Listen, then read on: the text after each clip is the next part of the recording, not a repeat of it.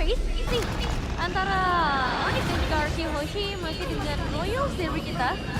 Dan akan melihat dengan RRQ Hoshi yang memegang first pick pilihan seperti apa yang akan mereka pilih. Karena dari arah banding, ini mungkin ada beberapa yang bisa dirubah atau mau stay aja dari segi bandingnya. Harusnya stay. Karena emang menurutku kayak banding ya buat bandingnya dulu. Tadi sebenarnya ada masalah di apa yang mereka rencanakan gitu. Cuman ya emang eksekusinya aja agak tadi. Iya, tadi ya kan kayak Farsa, Bakia tuh udah oke banget gitu loh. Tadi yang dari lagi gue bilang dia harus siap gitu loh ketika Coach Jeff beradaptasi di drafting tersebut. Kalau emang dari gameplay emang nggak masalah lah, mereka udah bagus kok. Oke. Noi ya, tetap akan menjadi prioritas. Fanny juga tidak akan terlepas bersama Masha. Dan satu pilihan dari Onyx yang menentukan nih biasanya Sushin dan terakhir. Tadi enggak. Tadi dipilih sama sekali. Tadi Joy kalau nggak salah ya. Ya. Nah, mau diadu nih kayaknya. Ini Farsanya bisa diambil di sini kan? Malah aku merasa Onyx lebih banyak option aja gitu. Joy, tinggal mereka nanti bakal mau main kemana. Ya, Farsanya diambil. Farsha. Karena memang PR dari awal ya. Dan juga emang harga mahal, dari dua tandingan mahal Farsa. Tadi kan bahasannya sebenarnya sama kan, Loi atau Farsa. Tapi kayaknya yang jadi rebutan Farsa karena Loi udah pasti di ban. Iya. Bener sih. Mana ya, antara duanya. Sans terlalu gila emang Loi-nya. Sekarang second layernya ada di Farsha, tapi untuk RRQ menemani Baxia. Opsinya kemana? Harusnya dia butuh MM yang fisikal ya, atau enggak ya CC dulu. Kalau enggak nanti kalau misalnya dia pick Haris di sini dia bakal minim fisik damage-nya, atau enggak ya kalau mau ya Haris sama CC langsung boleh-boleh juga. Gimana kalau Granger dulu? Granger. Karena ya kalau Haris dia pasti mikirin fisikal Iya. dia. Iya, mikirin fisikal. Kalau one-one lagi sih ketetes Farsha pusing ya, repot, sakit repot. salahku ya. Repot. Valentina, mereka juga masih mau main yang sama-sama agresif, cuma bedanya mereka punya tsunami slam sekarang. Let's go. Tapi Iritel untuk Sapero. Iritel ya. Ya Kayaknya emang nggak secara perlu- matchup landing kan Iritel menang kan di atas. Iya, ya, dan nggak perlu buru-buru buat ambil jungler deh kayaknya. Karena balik lagi, mungkin buat lawan Basha juga masih ada Hanzo. Jadi kayaknya nggak akan ada masalah di sini. Permasalahannya paling nanti kalau misalkan link Hanzo-nya di ban, berarti Onyx punya strat apa lagi nih? Apakah nanti tiba-tiba bakal berbelok nih ke Alpha dan Matilda? Alpha Matilda atau bahkan Studio ya ada. Masih ada makanya. Lalu Lukasnya udah kena ban juga. Pas dan Joy. Ini jungle lagi nih lokan target ya. Masih butuh dihabisin seharusnya. Dan buat Onyx, 9. XP Roamer. Blue? XP kali ini juga Onyx lagi memikirkan secara matang-matang. Ini Baxianya sangat-sangat kembali fleksibel. Oh justru kanan butuh glue banget juga sih sebenarnya. Onyx Iya, yang iya. bakal nge-pick glue. Kayaknya RRQ yang bakal nge-pick glue. Harusnya ya. Harusnya. Apalagi udah ada Valentina ya, jadi menutup kemungkinan LRQ bakal bawain Faramis gitu. Tapi kenapa gue jarang lihat glue di Indo ya? Padahal di region-region lain Di Filipina sih laris manis laris ya. manis ya. Bahkan Sanford kalau nggak salah Spam dulu. spam glue Iya dia. di terakhir regular season sih rame ya kita ya. Lumayan. Cuman Iya, iya. kayak sekarang udah mulai mundur lagi. Kayak lebih ke Phobias lebih laku ya kan. Badang, Yexi. Mungkin conditional di mana ketika glue-nya udah naikin tapi ternyata dia nggak Ada bisa follow up. nge-grip gitu loh. Gak ada follow up juga, Ya. kayak kepisah jadinya Ya. dia malah jadi ditodong sama lawan-lawannya berempat berlima. Itu kayaknya bakal jadi pertimbangan ya, jangan sampai malah glue-nya malah ngebuat satu tim dari kedua tim ini ngelakuin blunder. Iya, apalagi kan sekarang udah mulai bermunculan assassin lagi ya, hero-hero lincah gitu Iya. kan susah ya kayaknya Lumayan buat susah. dipegangin sama glue. Tapi kalau Apalagi emang kan ada buat di-objektif. Baxia, Iya, boleh lah. boleh. Harusnya iya. Ya, Baxia. Tapi tiba-tiba di Baxia digeser ya. Link ternyata di respect dia. Iya, jungle lagi Masih kan? semuanya ya. Tapi balik lagi masih ada Hanzo soalnya. Masih aman sebenarnya. Masih ada beberapa pertimbangan juga mungkin. Kalau misalkan emang mereka masih akan bermain dengan assassin. Lancelot. Lancelot juga bagus buat lawan Basya. Iya. Keluar gitu ya. Wah, kalau bicara tentang Kairi juga banyak banget sih. Kalau waktu hero comeback dia di SPS tuh Nolan. Hero comeback dia yang awal kalah. Tiba dia main Nolan gitu langsung berubah. Iya, Tapi iya. susah sih di sini Nolan. Lumayan susah ya boleh dibilang. Wah, diumpetin lagi. Bentar. Sinyal kah buat ngepick lastnya ke arah Fredrin? Bisa. Last pick Fredrin dengan komposisi kayak gini GG-nya bakal online banget soalnya. Iya betul. Iya kan? Kok kayak ada bau-bau ini juru taksir di sini. Apa tuh? pekerjaannya Fredrin, appraiser. Oh, Juru itu taksir. taksir. Oh gitu, ditranslate. Iya. Gak kepikiran sih kalau kompes itu. Kalau aku malah mikirnya kayak ini kan Granger ya, balik lagi Granger butuh timing yang begitu banyak untuk snowball. Sementara ya gimana cara menghentikan timing di sebuah range. Winston Shin. Oke. Ini bukan perdana, pernah muncul, Iya. tapi kalah ya. Tapi kalah ya?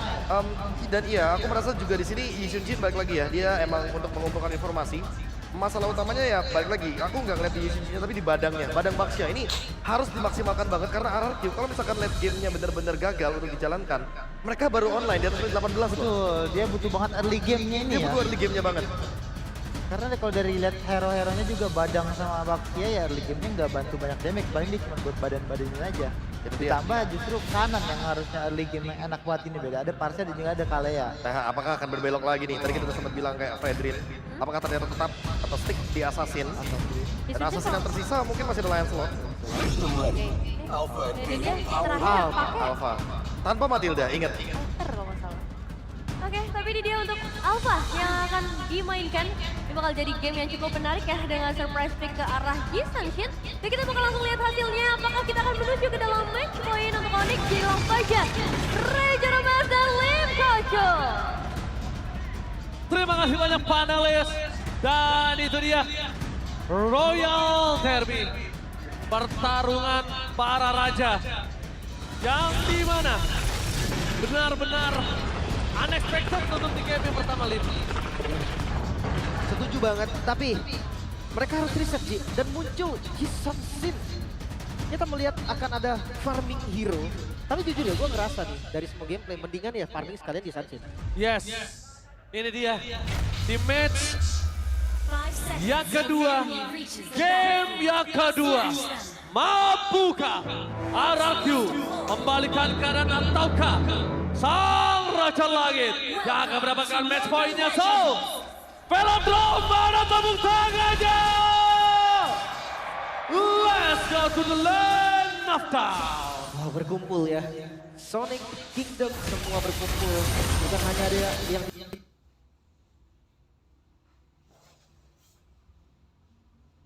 dalam sih, tapi yang di festival juga begitu ramai. Jakarta International Velodrome jadi tempat yang pas banget. Bukan ramai banget ini, semuanya udah mulai masuk ke dalam. Memenuhi dalam Jakarta.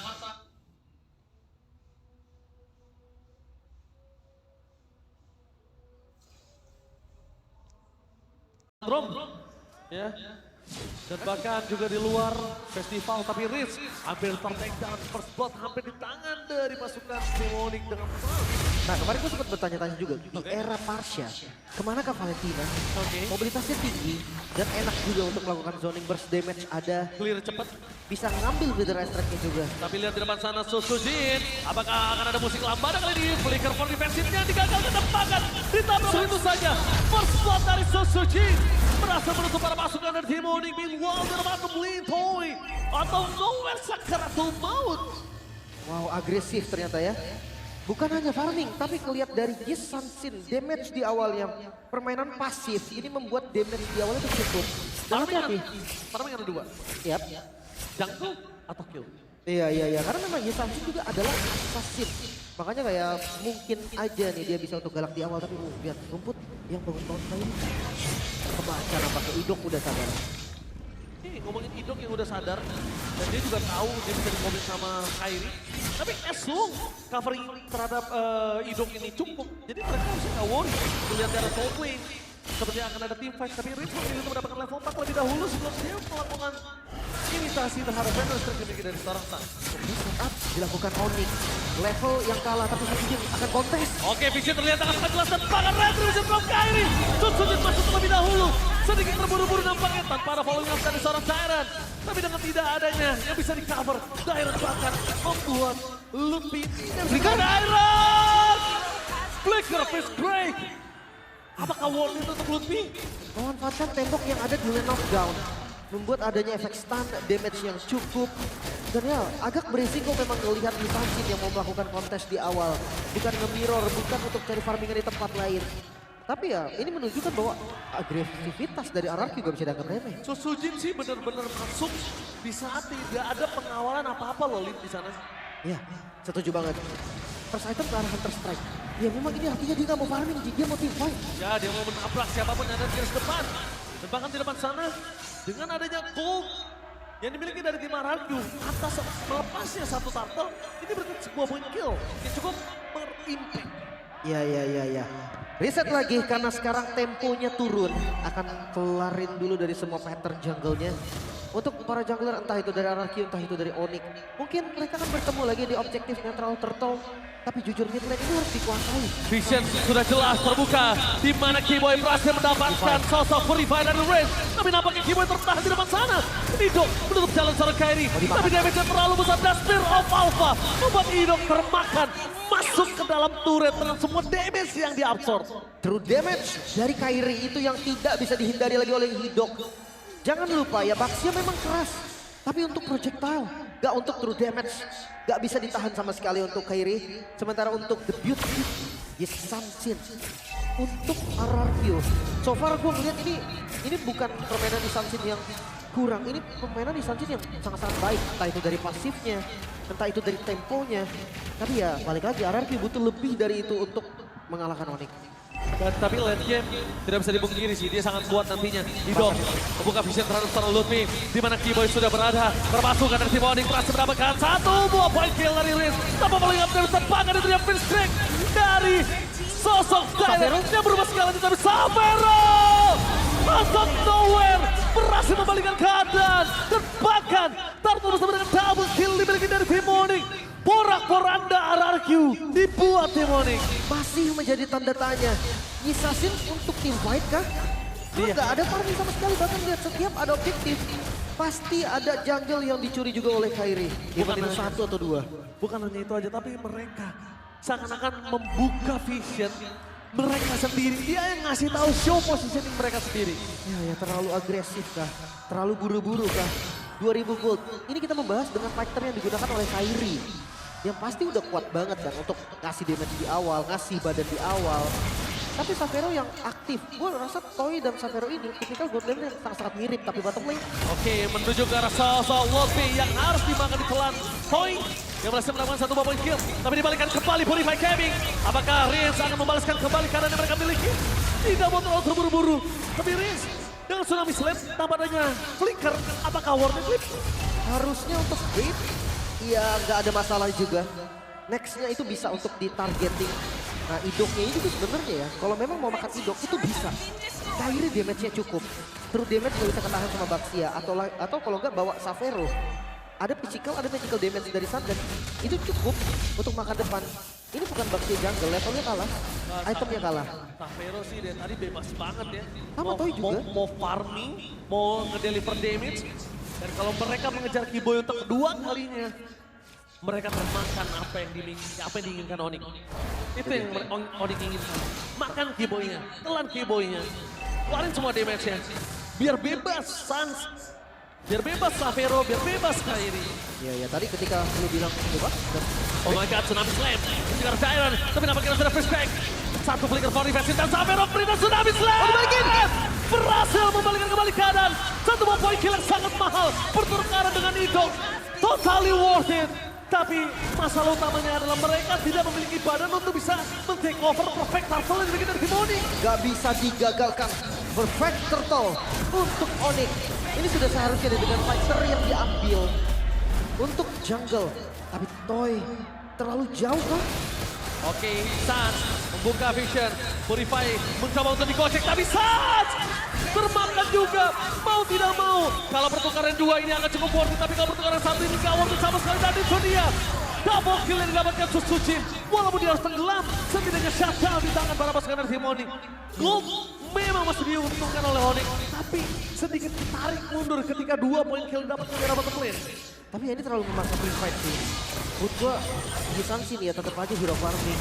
Menangin levelnya, menangin itemnya, baru team fight. Tapi ternyata berbeda di tangan Susujin. Yisansin di bawah team fight 5-3-2. Ini angka yang sangat-sangat dahsyat loh untuk Assassin di awal. Oh, Riz megang lagi Lip, Tsunami Slam.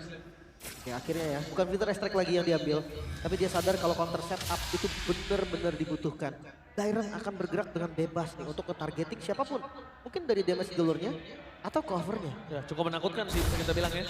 Cukup menakutkan tapi Lutfi bisa dibilang dari tadi menjadi bulan-bulanan warga target utama.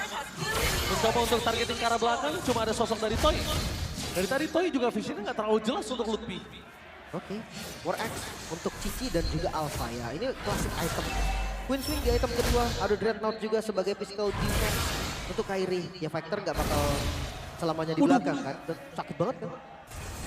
Damage dari pasif di Sunsin yang udah jadi War Axe Hunter. Endless Battle next item. Oke. Ini ada cooldown tambahan lagi. Maksimalkan cooldown agar threshold cepat. Spear of Alpha berhasil dihindari Rinse. Tapi ngomongin true damage, ujungnya nanti bisa kita bilang G-Boy juga bakal hilang. Dengan menuju ke arah Lord yang pertama, Vision dari tim Onyx hilang. RRQ hilang, tapi lane management satu di arah bottom lane. Toy terlihat dengan sangat jelas. Keuntungan dari Sutsujin dengan disangsin adalah Vision mereka jadi terlihat. Ya, kapanpun dibutuhkan, Vision akan terbuka. Dan jangan lupa, ya bukan rumput ini nggak banyak. Lutfi bukan tipikal yang keras. Kairi bukan tipikal yang keras. Dan Kiboy nggak bisa bebas untuk masuk sembarangan. Punishment cara Kiboy sangat-sangat mungkin untuk dilakukan. Sutsujin, targeting utama bakal coba dihindari oleh Kairi. Tapi nampaknya Lutfi bersama Kagana hilang. Tsunami Slam, terlalu open vision untuk Sutsujin di arah top lane. Menandakan tidak adanya retribution untuk tim RRQ. Sebenarnya Onyx juga, tapi ketika Onyx akhirnya masih hidup, pilihannya antara Lord dan juga orang. Ya, mereka bisa bait dari Lordnya, bisa usir seperti saat ini. Wow, lihat kali ini Idok coba untuk menghindari damage yang diberikan. T-Boy berada di depan, belum ada Tsunami Slam, memilih untuk mundur. Tapi lihat, para pasukan dari tim Onyx, mereka mencoba untuk memaksa mendapatkan poin kill tambahan dari Fedor Swag. Karena belakang, flanking from Sapero. Ternyata terdeteksi oleh Dairon. Mau tidak mau dipukul mundur. Tapi dengan damage yang sudah keluar dan Sutsujin sudah kembali lagi ke lane up, ini akan menjadi kekuatan yang sama, Lim. Oke, seakan-akan terlihat ada Tsunami Slam. Tsunami Slam! Instant pick up menuju ke arah sosok seorang Kimo dan juga Sat menjadi target utama. Meanwhile Kairi tetap menyelamatkan para pasukan dari tim Onyx dengan adanya Lord yang di tangan tim Onyx. 2000 gold difference, tapi dengan kehilangan 2 member, ini menandakan mereka kehilangan auto surrender-nya. Mid-nya terbuka. Buff bisa untuk di-invade. Untuk membalikan gold, ini sangat-sangat possible. Tapi jangan lupa, ada Lord sebagai PR. Iya. Tapi Lordnya dapat, Purple tetap didapatkan oleh Kairi. Ya, mereka terkena usir juga dari. Agak beresiko kalau mereka mau paksa untuk nabrak di depan. Sementara Lordnya, lihat RRQ nggak berani untuk ngambil resiko motong Lordnya. Melihat respawn time dari teman-teman Onyx, ini nggak akan keburu. Vision lagi terbuka. Ini di keunggulan dari Yisansin. Emang udah nggak ada damage-nya, tapi Vision itu lebih lama juga untuk mendetek. Sama mau movement speed dari Marcel Kevin, Tsunami Slam, terus mendapatkan satu dari depan sana depan Kairi gagal dengan setiap apa-apanya. Fedor Swag dibuka mundur oleh Idok, tidak bisa menahan damage yang diberikan pada pasukan dari tim Onyx. Idok tenggelam, terkubur di sungai. Tim Onyx, mereka berhasil mendapatkan Vision di arah bottom lane. Dengan Lord yang sudah segera hilang, tapi super wave ini masih ada. Mereka nggak mau terlalu terburu-buru karena Sans satu-satunya artileri mereka yang nggak bisa ngedealer damage lagi. Iya. Bahkan dia disangsinya. Dia langsung menjauh untuk kontrol dari Farland dan Kiboy. T-Boy! Oh, Sky Piston aktif. Membuat para pasukan dari tim Onyx. Satu persatu mereka tumbangkan. Lutfi nggak bisa untuk pulang. Wallace di tempat Spear of Alpha. Full defensive. Kairi covering dengan Spear of Alpha-nya. Membuat Lutfi survive. Dikejar kan? Nggak, jangan mereka ulangi lagi. Pengejaran Iya. seperti itu. Pengejaran ya. Dari game pertama kita melihat ketika RRQ mengejar Onyx, disitulah adalah celah dari RRQ-nya sendiri. Tapi lihat yang dilakukan Sutsujin, inner turret di bagian top lane berhasil didapatkan. Secara garis besar, keuntungan gold dari Onyx ini turun loh 1000 lebih dari Lord yang didapatkan. Belum lagi Toy dengan Typers yang udah mulai nambah Yisansin untuk item keempat. Banyak item yang dituju. Bisa ke Malefic Roar mungkin, Blade of Despair. Itu bisa banget, dan jangan lupa gak ada prolaner pasti dari teman-teman Onyx.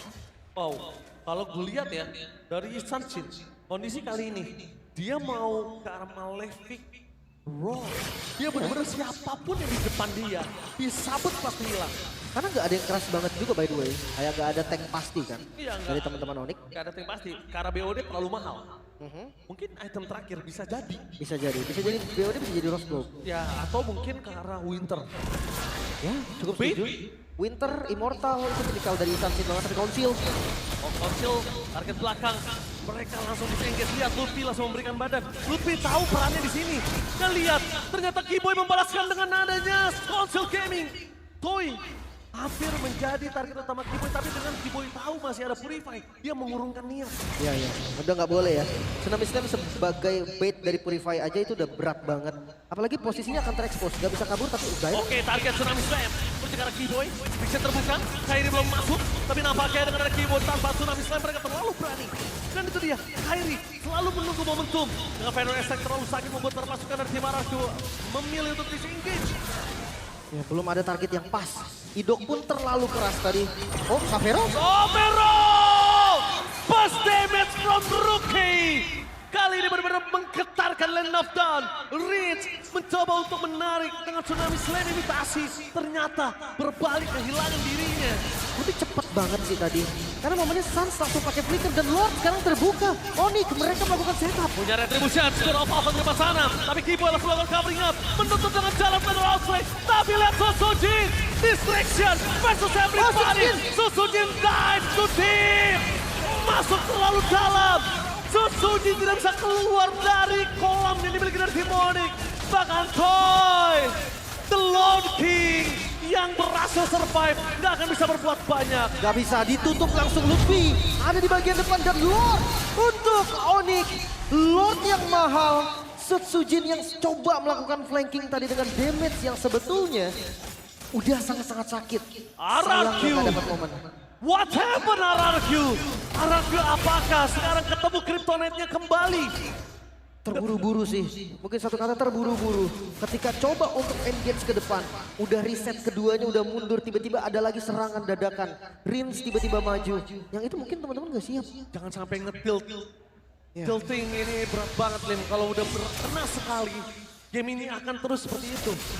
Ya, reset. Reset. Pelan-pelan. Penting banget reset. Oke, tapi dan Onyx, ini juga tipikal tim yang tidak akan ngelepasin pressure, tapi Kiboy, Council. Oke, Council Gaming. Kiboy hanya untuk gertak-gertak sambal aja. Dan ngomongin ke arah Lord di arah bottom lane, nampaknya mereka harus clear dengan cepat juga. Prince, kalau dia punya Fatal Extract, dia punya high ground, tapi ya kita bisa bilang spammingnya tidak terlalu kuat lah. Tapi satu lane bisa dikontrol sih. Gila, Yisansin dari Sutsujin ada di atas jauh banget. Dan hati-hati split push bisa jadi winning condition loh nantinya. Oh, tapi memang itu bisa terjadi. Mereka buka vision. Susujin show membuat para pasukan dari Demonic dan diteruskan di arah top lane. Mencoba untuk melakukan recall para pasukan dari Demonic. Apakah mereka berhasil? Tapi satu turret tambahan. Kiboy tercancel dengan kondisi first crack ini dimiliki. Tapi tanpa ada damage membuat para pasukan dari Demonic. Mereka masih melakukan Tyrant. Fokus karpet, gak boleh mau terjadi. Dan bahkan Toy gak bisa memberikan damage. Lihat, Sutsujin berhasil mendapatkan turret. Tapi dia tidak berhasil untuk pulang. Ditempel terus-menerus, tapi hati damage. Oke, damage dan Suns mencoba one bounce situation dan Sutsujin dan gila Suns! What a play! One by one situation membuat Demonic berhasil mendapatkan kemenangan di game yang kedua. Gila Suns! 2-0, satu langkah lagi match point untuk